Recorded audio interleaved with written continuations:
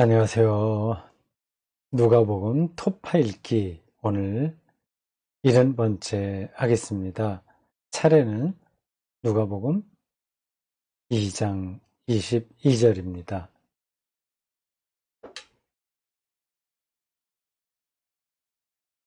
지금부터 새로운 단락으로 들어가네요.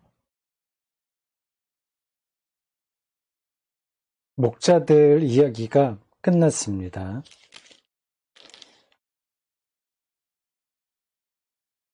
22절에 소제목이 이렇게 붙었습니다. 아기 예수의 정결이식. 아기 예수의 정결이식입니까? 아니면 아기 예수의 어머니 마리아의 정결이식일까요? 그거 좀 애매하죠? 아들을 정결의식하는 건 아닐 텐데. 여자가 출산한 다음엔 정결의식을 해야 됩니다. 그것도 아들을 낳느냐 또 딸을 낳느냐에 따라서 좀 차이가 있어요. 좀 이상하죠? 옛날 사람들은 다 그런 식으로 생각을 했습니다. 근데 그 새로 태어난 아이, 특히 남자아이는 하나님께 바쳐지는 거지, 하나님께 드림, 뭐 그런 뜻이지, 정결 의식하는 건 아니거든요.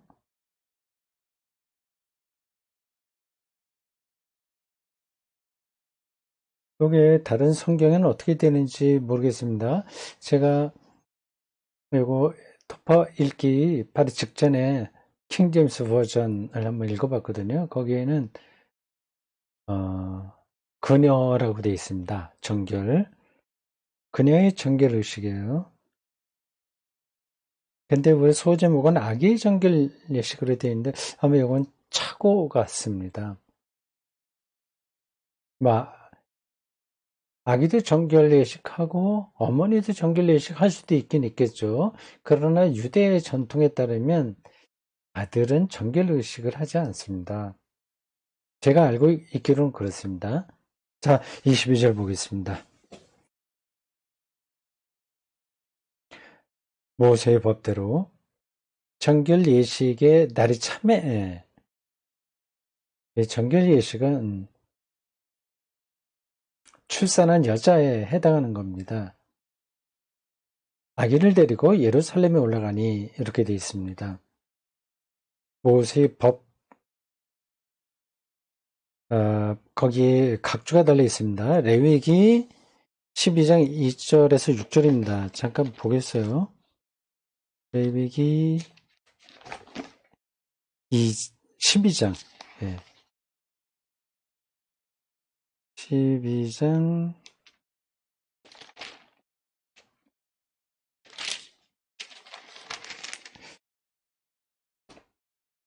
2절에서 6절. 2절이 이렇게 나옵니다. 이스라엘 자손에게 말하여 이르라. 모세가 하나님에게 받은 율법이죠. 여인이 임신하여 남자를 낳으면 그는 이래 동안 부정하리니 7일 동안 곧 월경할 때와 같이 부정할 것이며 여덟째 날에는 그 아이의 포피를 벨 것이요. 할례죠. 8일 만에 할례를 해야 됩니다. 4절 그 여인은 아직도 33일을 지내야 산열이 깨끗하리니 다 합해서 40일, 산후조리 40일이죠. 정결하게 되는 기한이 차기 전에는 성물을 만지지도 말며 성소에 들어가지도 말 것이며 여자를 낳으면 여기 좀 아들을 낳으면 이렇게 하는데 여자를 낳으면 그는 2일 동안 부정하리니 2배로 부정한 거예요. 좀 말이 이상하죠. 월경할 때와 같을 것이며 산열이 깨끗하게 되면 66일을 지내야 하리라. 딸을 낳으면 2배를 더 정결 기간을 가져야 됩니다. 6절까지로 되어 있네요. 이렇습니다. 레위기 12장 6절이에요. 아들이나 딸이나 정결하게 되는 기한이 차면 그 여인은 번제를 위하여 1년 된 어린 양을 가져가고 속죄제를 위하여 집 비둘기 새끼나 산 비둘기를 회막문 제사장에게로 가져갈 것이요. 요 6절만 본다면 아들이나 딸도 정결하게 해야 되는 거네요. 조금씩 문헌에 따라서 그 차이가 좀 있는 것 같습니다. 뭐 그냥 지나갑시다.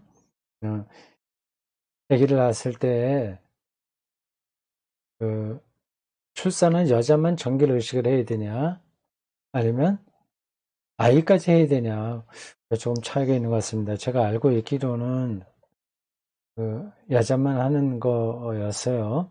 근데 아까 본 레위기 12장 6절에 따르면 그게 어떤 문장을 번역한 건지 모르지만 아이까지 정결 의식을 행하는 것처럼 일단 들리긴 합니다. 아닐 수도 있고, 뭐 그건 접어둡시다. 어쨌든 아들을 낳으면 30일, 여자를 낳으면 60일 동안 정결하지 못한 거예요. 그 기간이 지나야 정결하게 됩니다. 이거는 이제 산후조리하고 관계가 되는 거겠죠. 이게 종교의식이긴 한데 정결하지 못하다 이 말은 조심해야 된다는 얘기입니다. 그러니까 이거저거 만지지 마라, 움직이지 마라, 함부로 몸을 놀리지 마라, 그런 거 아니겠어요? 산후조리 할 때는 가만히 있는 게 최선입니다. 근데 거기에다가 이제 남자아이를 더 높이니까 여자를 낳을 때보다는 그 기간이 줄어요. 반으로 주네요. 모세의 법대로 이렇게 돼 있죠. 율법입니다. 정결 의식의 날이 참에 30일이 됐겠죠. 30일이 아니라 40일? 어떻게 되죠? 아까 저 다시 레위기 12장을 보겠습니다. 왜 이렇게 금방 그 숫자를 잊어버려요. 집중이 안 되니? 금방 뭐 다른 일을 조금 하다가 다른 데 이제 정신을 팔고 있다가 이제 성경으로 들어오니까 다른 생각들이 조금 남아 있어서 그렇습니다. 8째 날에는 그 아이의 포피를 뵐 것이요. 그 할례를 베풀고 그 여인은 아직도 33일을, 그러니까 앞에서 7일, 뭐 8째 날에는 뭐 할례, 그다음에 33일을 더 있어야 되니까 40일이네요. 40일 동안 그렇습니다. 딸을 낳았을 때는 66일, 2배는 아니네요. 66일이니까 남자아이 낳으면 40일, 여자아이 낳으면 66일. 그 정도. 조용하게 있어야 됩니다. 깨끗하지 못한 상태라고 합니다. 그런 날이 됐습니다. 정결 의식을 행할 날이 됐어요. 이렇게 40일 지난 거죠. 그러니까 아기 예수도 태어난 지 40일 됐어요. 아기를 데리고 이렇게 됐습니다. 이 문장이 조금 애매하죠. 주어가 없어요. 주어가. 일단 21절로 문장은 끝났습니다. 이게 22절 가면 모든 문장은 주어와 이제 수어 이렇게 일단 그게 있어야 됩니다. 뭐 먹는다 하면 누가 먹는지 주어가 나와야 되잖아요. 모든 문장은 다 그렇습니다. 그러니까 주어가 생략될 수도 있긴 있죠. 우리말은 주어가 많이 생략되긴 합니다. 그러나 저쪽 유럽 언어나 뭐 그런 데는 주어가 생략되는 경우가 없어요.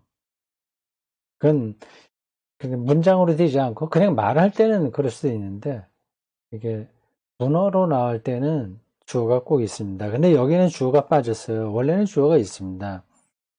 모세의 법대로 정결예식계의 날이 참해 40일 지났죠. 아기를 데리고 누가 아기를 데리고 간 거야? 부모죠. 아기의 부모. 그걸 왜 여기 우리 문장에는 우리 성경에는 그거를 뺐는지 모르겠습니다. 독일어 성경이나 킹제임스 영어 성경엔 다 있습니다.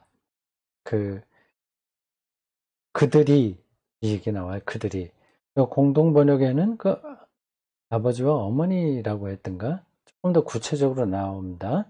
근데 지금 우리가 사용하고 있는 이 번역에는 빠졌어요. 그런 걸 넣어야 되는데 좀 이상합니다.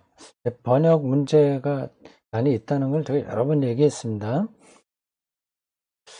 그리고 또 기왕 번역 문제가 나왔으니까 한 말씀 더 드린다면 이게 뭐 문장이 끝나면 점을 찍어야 되잖아요. PR이 마침표를 찍어야 되는데 우리말 성경에는 마침표가 다 빠졌습니다. 왜 그렇게 하는지 몰라요. 그렇게 해야 더 거룩하게 들리나? 저는 그렇지 않을 텐데 참 이상합니다. 예, 마침표 찍어야 되고요. 근데 이런 기호를 완전히 다 뺐냐 하면 그렇지도 않아요. 어떤 때는 쉼표 이런 게 있습니다. 이따금씩. 네, 문장이 이렇게 깔끔하지가 않습니다. 예, 부모가 엄마와 아빠가 아기를 데리고 예루살렘에 올라가니 되어 있습니다.